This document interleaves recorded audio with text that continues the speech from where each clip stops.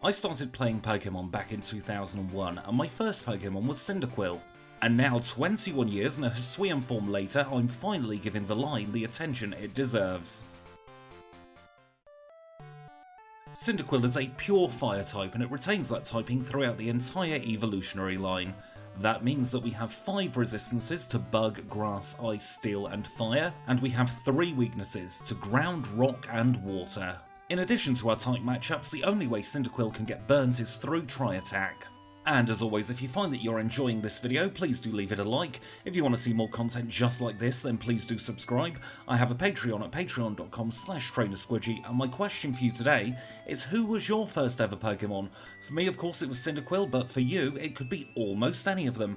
Let me know down in the comments down below. Now let's take a little look at Cyndaquil's stats.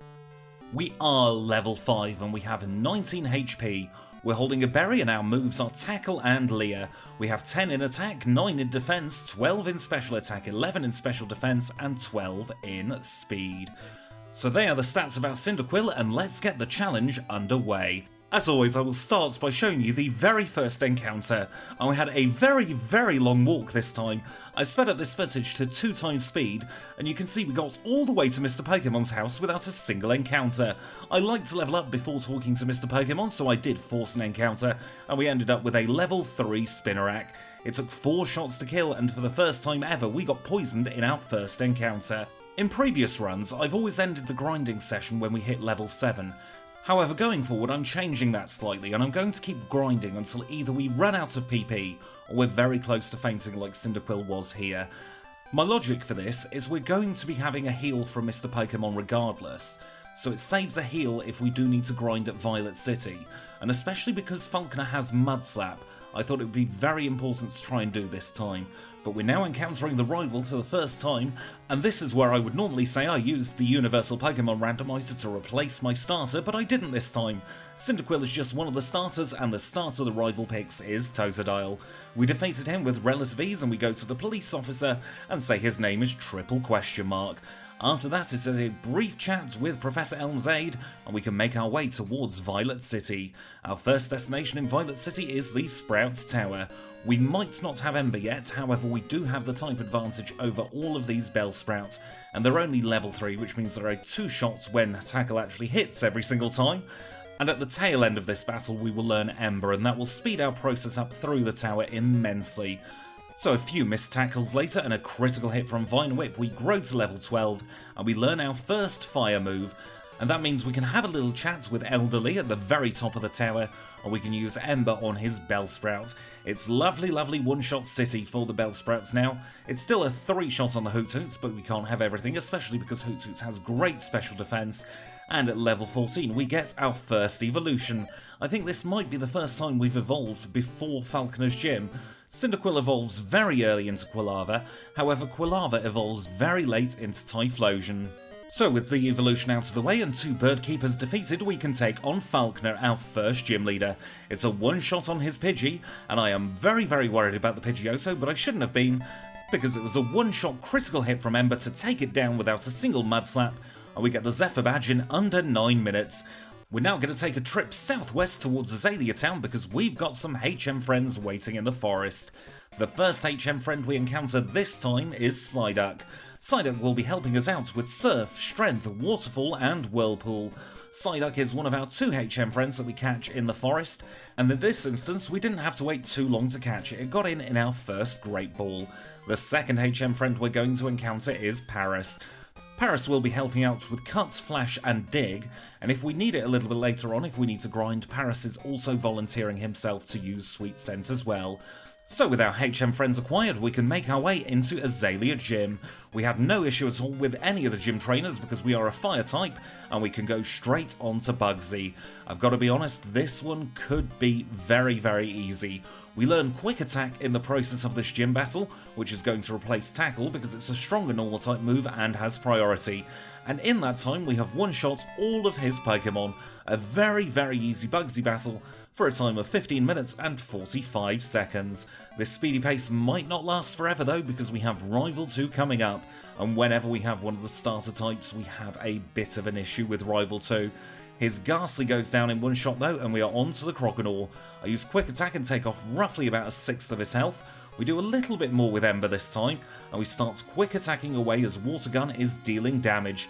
Fortunately for us though, we survive on 3 HP, and we can Ember away the Zubats with a critical hit to get through by the Stratocornea on the skin of our teeth. And so with Rival 2 all done and dusted, we can make our way towards Goldenrod City. En route we get cuts from the charcoal maker in the Ilex forest. We'll also pick up headbutts from the green-haired man in the forest, and then we can make our way into Goldenrod City proper. Our first destination is the bike shop. We want to move about as quickly as we possibly can. We'll then pick up the coin case and get a haircut from the underground. And after that, it's a brief trip into the Goldenrod Game Corner, where we're going to spend some money on buying our next field move friend. This one is Abra. Abra's only going to be helping us out with teleports, but teleport is incredibly helpful. Before we pick up Kenya, we'll get TM27, which contains Return, and we'll also pick up a couple of elemental punches, one of the electric variety and one of the fire variety. We'll now say hello to Kenya, who's still having a lovely rest after its run, and we can go and grab Dig from the National Park. After that, it's a quick chat with Floria from the flower shop, and we'll teleport our way back into Goldenrod City to take on Whitney and her gym. Before we battle her though, we're going to teach Headbutt over Quick Attack. We're going to outspeed most Pokemon anyway, and Quick Attack isn't really strong enough to OHKO any Pokemon that does have a priority move. But now it's time for Whitney, who leads with Clefairy. We get double slapped twice in a row, and we knock it out in 3 shots, and we're on to the scary Miltank.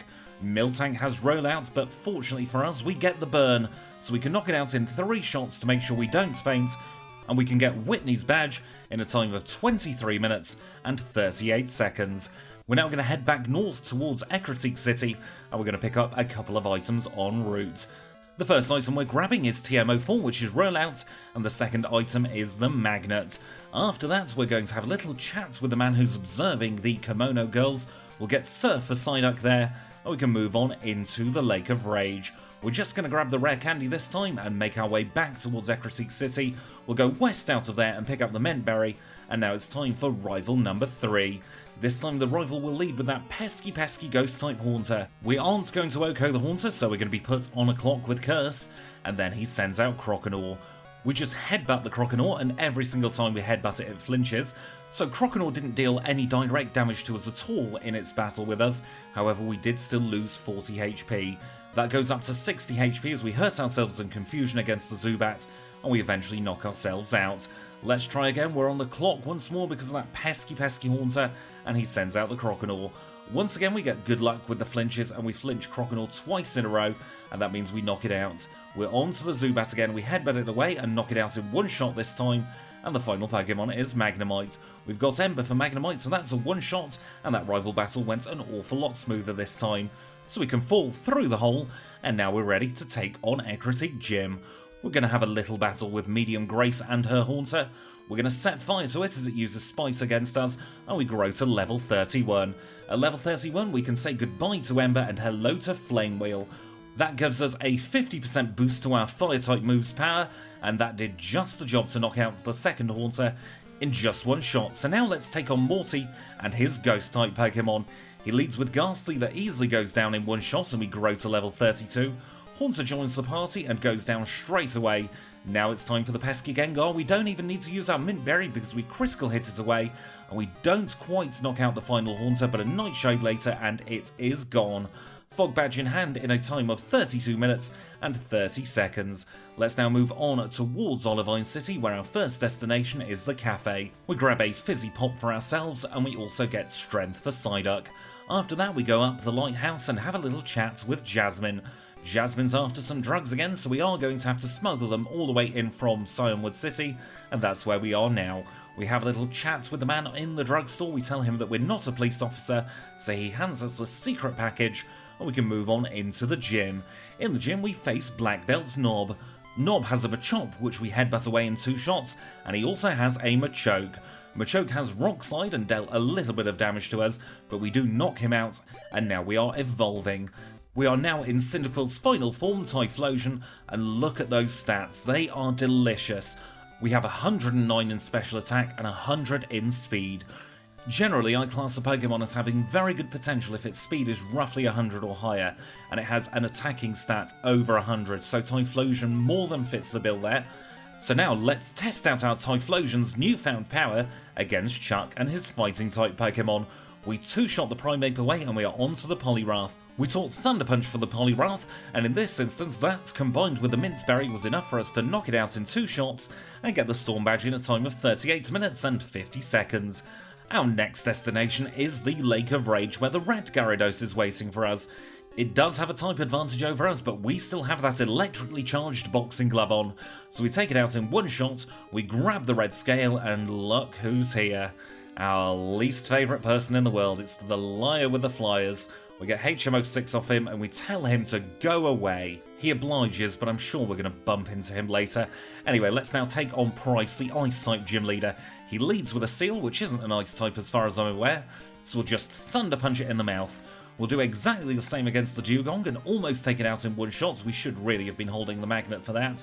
And the final Pokemon is Piloswine. We Flame Wheel away the Piloswine to knock it out in 1 shot, and we have the Glacier Badge. 44 minutes and 7 seconds for the Glacier Badge. We are on a very, very good time. Just before we take on Jasmine, we're going to pick up a couple of bits and bobs. We're going to get the charcoal from Azalea Town, and while we're in Azalea, we might as well pick up the King's Rock. I'm starting to incorporate the King's Rock into my strategy a little bit because it's nice to have the flinch potential on a lot more moves than just the flinching moves. So a quick dig out, and we find ourselves in Olivine City, where Jasmine is waiting for us. She's a Steel-type leader who leads with a Magnemite. Fortunately for us, we have Flame Wheel on our learn set, so we can knock out the Magnemite straight away. She sends out the Steelix, but Steelix has pitiful special defense, so goes down straight away, as does her final Magnemite. Jasmine is defeated in 3 simple shots, and we get the Mineral Badge in a time of 45 minutes and 49 seconds. Couple of bits of housekeeping to do before we take on the rival, and that is picking up 2 rare candies, 1 from Violet City and 1 from Goldenrod City. And now it's rival time. We're going to Thunder Punch away his Golbat in 1 shot, so he'll send out the Feraligatr. We Thunder Punch the Feraligatr and take it down in 1 shot as well, and we are on to the Haunter. We're finally able to OHKO the Haunter, and we will do exactly the same against the Sneasel. His only remaining Pokemon after that is Magnemite, and we've just seen how a battle with Magnemite goes with Jasmine, so we KO it in 1 simple Flame Wheel, and we've defeated the rival for the 4th time. Just before we head to Blackthorn City, we're going to say hello to a Meowth and pick up the Pink Bow. The Pink Bow, along with the Charcoal, is one of our type-enhancing items. It gives a 10% boost to types of its corresponding power when we're holding it. So in this instance, the Pink Bow is going to give a 10% boost to normal type moves, and the Charcoal is going to do the same for the fire type moves. We grab the radio card, and just before we take on Claire, we're going to teach Return over Headbutt, and we're going to teach Sunny Day over Leah. We do need to set up weather for this battle to be an awful lot easier than it otherwise would be, because we are almost guaranteed to be paralysed in this battle. So we're going to hit the first Dragonair and Thunder Wave misses us. We didn't one-shot though as she sends out the Kingdra. The first thing we're going to do is set up Sunny Day so that Surf's power is negated a little bit. We'll Thunder Punch once and then we'll finish off with a Return. That's the Kingdra all done and dusted. Let's move on to Dragonair number 2. Again, we don't quite OHKO the Dragonair, and this time we get Thunder Waved. So we're only on 61 HP as Dragonair number 3 comes out.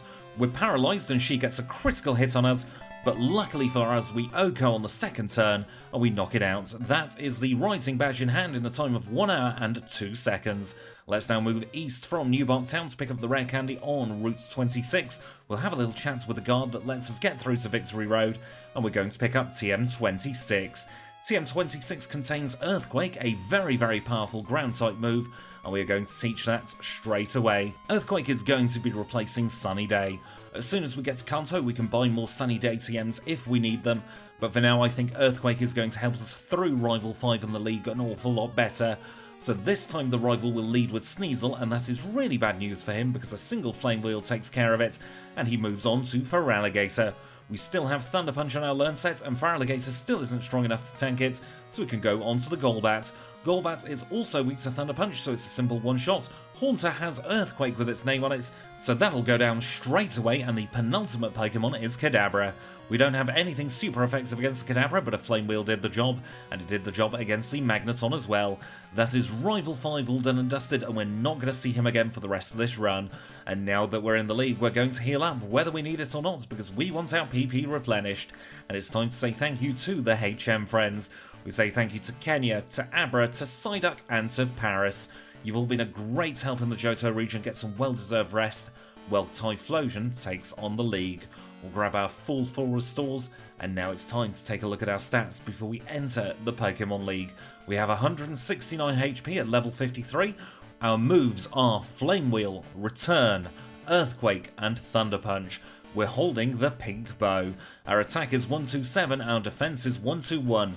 Our special attack is a whopping 153, 128 in special defense, and 144 in speed. We'll save before the league, and now it's time to take on Will. Will is one of my channel members here, and he leads with a Xatu.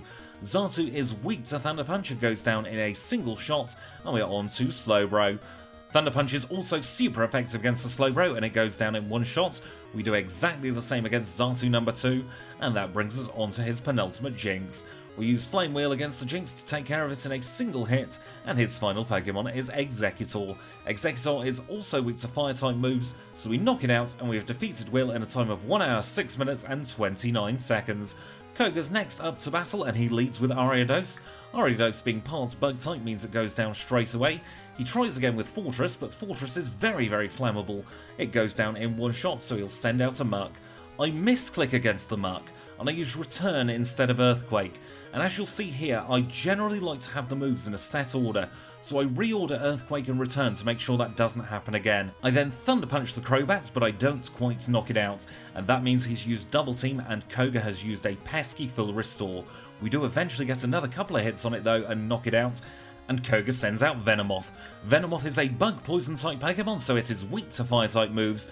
We surround it with flames to knock it out, and we are on to Bruno. Bruno leads with Hitmontop, which is a lovely Pokemon, however it doesn't really have a great learn set, so we Earthquake it away and we are on to the Onix. Onix is also weak to Earthquake, so it goes down, and so we have just 3 fighting Pokemon left. The first one is Machamp, who doesn't get critical hits with Cross Chop, so we're well in the green as we knock it out, and he sends out Legs the Hitmonlee. We Oko the Hitmonlee with a critical hit, and that just leaves Hitmonchan. Hitmonchan has a priority move with Mach Punch, so we do get hit a couple of times, but 2 Flame Wheels later we've knocked it out, and we've defeated Bruno. It's time for Karen. Karen is my nemesis in these runs. Karen's Umbreon in particular has ruined so many runs. We get Sand Attacks there, so I decide to give it another go. Sand Attack fails, but I hit it with Flame Wheel, and that means it's not a 2-shot. We do manage to get rid of it in 3 shots, full accuracy in hand, and we can Earthquake away the Gengar. That goes down, so we're not on a clock for the rest of the battle. We use a Thunder Punch against the Murkrow to knock it out in 1, and she goes on to Houndoom. It's Fire-type against Fire-type, but we have Earthquake on our learn set, so that was incredibly unbalanced. And then we just set fire to the Vileplume and tell her to go away for another run. That's Karen all done and dusted, time of 1 hour, 8 minutes and 58 seconds, and now it's time for him again. Ugh, Lance. Lie with the Flyers, he's got a Gyarados. We use a Thunder Punch and we tell the Gyarados to take a long walk off a short cliff, and out comes Aerodactyl. Thunder Punch does the same for the Aerodactyl, maybe that's made out of cliffs because it's the rock type, and now we're on to the Dragonite. We don't have anything that can reliably knock out the Dragonites quickly, so we're going to have to duck and weave all this paralysis. Fortunately for us though, Thunder Wave did not hit us in 5 attempts, so we can move on to the Charizard. We Oko the Charizard and his final Pokemon is a Dragonite. We Thunder Punch the Dragonite as Outrage hits, we Thunder Punch for a second time, one more Thunder Punch should have knocked him out, but it doesn't and he uses a full restore. This is where the battle went out of hand and we lost it because of a poor damage roll. I wish I could have shown you the live reaction for that particular battle, but it would have just been one very long swear bleep. So we're back at it again, and this time we start to roll against the Gyarados. Gyarados used Rain Dance on the first turn, which was incredibly fortuitous for us, because that means we're able to knock out his Aerodactyl in one shot, so we're not going to get Rock Slided. And the same thing's going to happen against the first Dragonite. No damage or Thunder Wave on this particular battle as both his level 47 Dragonites go down. The rain stops as the Charizard comes out, but Charizard is 4 times weak to rollout, so we just build it up again, we knock out the Charizard, we almost one-shot the second Dragonite, Outrage doesn't damage us much at all, and we have defeated Lance in a time of 1 hour, 13 minutes and 19 seconds. And Typhlosion's final league time is 1 hour, 13 minutes and 35 seconds. Don't you dare go anywhere though, because Kanto is next. And we rejoin where it all began outside our house in New Bark Town. Professor Elm gives us a call because he's got some stuff for us, but first we admire ourselves for defeating the league so quickly. We get the SS ticket so that we can go to Kanto proper, and we get the Master Ball for catching Snorlax. It's a quick cycle into Cherry Grove City where we welcome back the HM friends, we welcome back Kenya, Abra, Psyduck and Paris. They had a lovely little rest, and now it's time to spend all our money. It's time for the game corner. As I'm sure you heard from the music, I accidentally buy some 50 coins there, but that doesn't matter, we can afford 4,000 coins in total, and we are going to teach Flamethrower. Flamethrower is a lovely, lovely fire-type move, although Kenya cannot learn it. I don't know why I tried teaching it to Kenya. I always have real trouble with this move chooser because there are fewer A presses than I expect, but we did eventually teach Flamethrower over Rollout. We'll pick up the rare candy in Mount Mortar, we'll also pick up the rare candy in the Whirl Islands, and with that it is a hop, skip and a jump over the sea to Vermilion City. And of course, the first thing we do in Kanto is the last thing we do in Johto. We're going to pick up another rare candy, this time from the chairman of the Pokémon fan club. With all that done and dusted, it's a quick jaunt into Celadon City where Erica is waiting for us. She is a grass-type specialist and we're ready to set fire to all of her Pokémon. We set fire to the Tangela, we do exactly the same to the Victory Bell and that goes down in a single shot. Blossom comes out, but Blossom is equally as flammable, and the final Pokémon is Jumpluff. Jumpluff doesn't jump out of the way and gets hit by Flamethrower, and we defeat Erica in a time of 1 hour, 18 minutes and 39 seconds. We buy a Sunny Day from Celadon Department Store, and then it's time to take on Misty. She is a water-type specialist who leads with Golduck, and we Thunder Punch it away. She sends out Quagsire next, so we're going to have to use Return on that. Quagsire loves to use Amnesia on its first turn though, so it's a simple 2-shot, and out comes the Lapras. We Thunder Punch the Lapras, although in hindsight Flamethrower would have been better, and we're on to the Starmie. Starmie goes down to a single Thunder Punch as well, and we've defeated Misty in a time of 1 hour, 22 minutes and 47 seconds. Up next on the chopping block is Sabrina. Sabrina leads with a sand-attacking Espeon, so we're going to have to get rid of that in one shot, and next she'll send out Mr. Mime. Mr. Mime is a creepy Pokemon, and not a lot of people saw its challenge run because it's so creepy, and we are on to Alakazam. We return away the Alakazam and we knock it out in one shot and get ourselves the Marsh Badge. Up next is Surge. Surge is an electric type leader who will lead with Raichu. We still have Earthquake on our learn set, so this will be a very one-sided battle as we take care of the Raichu. Electrode number 1 comes out and goes away straight away. He sends out Electrode number 2 and that rolls off towards Electrode number 1. Because Magneton is weak to fire-type moves, he sends out Electabuzz next. It doesn't matter though, it's all the same to this Typhlosion. Electabuzz or Magneton, they all get an Earthquake to the face and they all get knocked out. That's the Thunder Badge acquired in 1 hour, 25 minutes and 9 seconds. Let's now pick up Snorlax. We're going to use the Master Ball on Snorlax to catch it in a guaranteed 1 throw, and that means we can take its leftovers from it a little bit later on. But for now we've got Brock to contend with. He has a type advantage over us, however we have Earthquake and Thunder Punch.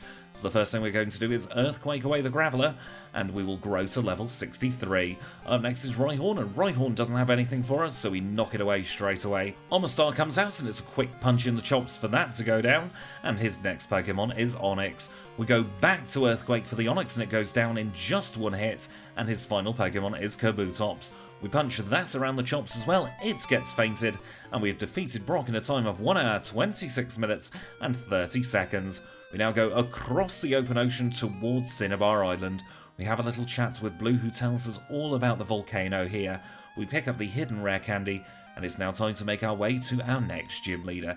This is Blaine, who has relocated to the Seafoam Islands. He is a fire-type leader just like us, and he leads with Magcargo. Unfortunately for him, we have Earthquake on our learn set, so again this is a very lopsided battle. Magcargo and the Bumhead Fireduck go down in 1 shot each. Rapidash isn't rapid enough to outspeed us. We 1-shot that and we get the Volcano Badge. And now here's Janine. Janine is not a good gym leader in this game. She is so low leveled. and she clearly got the job through nepotism, because all of her Pokemon are in the 30s and not a single one of them can get a single hit on us. I feel so bad for Janine, because she is clearly so out of her depth here. Her Ariados is only level 33 for goodness sake, and she wastes money on a dire hit on that Venomoth. We get the Soul Badge in a time of 1 hour 28 minutes and 29 seconds, and we go from a very low level gym leader to a very high level gym leader. This is Blue, who leads with Pidgeot, and our special attack is good enough to knock it out in one shot. Our physical attack is good enough to get Rhydon into half health, so it's 2 shots later and that goes down, and out comes Gyarados. I actually engaged my brain for once here and used Return against the Gyarados to make sure that he used Rain Dance. Rain Dance stopped us taking damage at the end of each turn, and that means we can move on to the Alakazam still in the green. Alakazam gets knocked out by Earthquake, and his penultimate Pokemon is Arcanine. Earthquake isn't quite strong enough to one-shot, which is incredibly frustrating, because that means that Blue wastes our time with his full restores. We do eventually knock it out and survive on 94 HP as his final Executor comes out. Flamethrower is more than strong enough to knock that out, and we get the Earth Badge in a time of 1 hour 29 minutes and 53 seconds. Funnily enough, the boost from the Earth Badge there would have let us OHKO the Arcanine. Isn't it weird how that works out? Anyway, our final challenge is awaiting us. We chat with Professor Oak to unlock Mount Silver, and then it's a quick cycle west towards the cave. We pick up our final rare candy, we teleport back to the Pokemon Center, and now it's time for Red. He is our final challenge of the run. There are 6 Pokemon between us and our final time. The first Pokemon is Pikachu, which we outspeed and knock out with a single Earthquake, and we are on to Espeon. We use Flamethrower against the Espeon and take off over half health as he uses Reflect, and that brings us on to Blastoise. We have Thunder Punch for Blastoise and take off roughly a third of his health. He gets a Rain Dance off, and then we critical hit Thunder Punch to knock it out in one shot. Up next is the pesky Snorlax. We don't really have anything too great against the Snorlax, so I was trying to get the paralysis off on it. Once the Reflect fades though, we go to Earthquake to see how well that does, but we get paralysed. We lose control of the battle from there, and we have to start again. We're going to chop and change things up a little bit now, and the first thing we're going to do is get rid of Earthquake in place of Sunny Day. Sunny Day will not only nerf those Water-type moves, it will boost our Fire-type moves. Flamethrower is good enough for the Pikachu and we can knock it out in one. However, his Espeon got a critical hit from Psychic. That was a little bit annoying, but at least it happened on his second Pokemon. We knock out the Pikachu once more and we're back onto the Espeon. This time Espeon uses Reflect, so it's a 2-shot as we knock it out, and now Blastoise is out again. We use Thunder Punch on the third turn to knock off roughly a third health. He uses Rain Dance, so we counter it with a Sunny Day. We're regaining a little bit of health each turn with our leftovers, and Blastoise gets paralysed. The Reflect fades, Blastoise is slower than us, we knock it out, and we're on to Snorlax. We use Flamethrower against the Snorlax on the first turn and take off over a third of its health. We use Flamethrower again, but Amnesia has boosted his defense and we get paralysed. It's time for some rare candies. We're going to go up to level 68 first of all, because I always use 3 rare candies on the first try. We Flamethrower away the Pikachu to knock it out, and out comes the Espeon. Flamethrower now does comfortably over half health, so we can knock it out in 2 shots, and as long as he uses Reflect we don't take any damage, and it's back to the Thunder Punch for the Blastoise. Thunder Punch is almost doing half health now, so we can use Sunny Day on the first turn, and then hope for a better damage roll on the second turn. We don't get it this time, but we are still comfortably in the green after that Surf, and another Thunder Punch finishes it off, and we're back onto the Snorlax. We used Thunder Punch on the first few turns because I was trying to get it paralysed, however it just wasn't working and we get paralysed ourselves. It's more rare candy time, we are up to level 71, now let's try again. We're on the Pikachu and we know from previous attempts that this goes down in one single Flamethrower, and up next is Espeon. Flamethrower takes off more than half of Espeon's health and his second Flamethrower takes it out entirely. Blastoise comes out, Thunder Punch now does over half health, but we're still going to use a Sunny Day to try and boost our Fire-type moves. Another Thunder Punch later though, and it gets knocked out, and up next is Snorlax. The Sunlight is strong and the Reflect has faded, and we use Flamethrower on our first turn, and we almost take off half health. Another Flamethrower later, and the Snorlax goes to sleep. This gives us a really good opportunity to start whistling it away with Return, however we're not doing over a third health. When a Pokemon goes to sleep, you have 3 turns to knock it out if it's via rest, so he wakes up and goes straight back to sleep again. We are back to the war of attrition with Return. Snore is chipping away at us, but we're still comfortably in the green, and we get some luck with a critical hit. That means we can now knock out the Snorlax in 3 returns, and we are on to Charizard. We use Thunder Punch against the Charizard to take off over half of its health as Wing Attack deals a lot of damage to us. Another Thunder Punch later and it goes down. That means his final Pokemon is Venusaur. Venusaur is weak to Fire-type moves, we knock it out in one shot, we grow to level 72, and we have defeated Red in a time of 1 hour 37 minutes and 6 seconds. That is a very, very, very good time. I am so proud of Typhlosion. But unfortunately for poor Furret, 1:37.05 is 1 second quicker, so Typhlosion is in 2nd place on the leaderboard. It is nice to have a non-normal type on the podium again.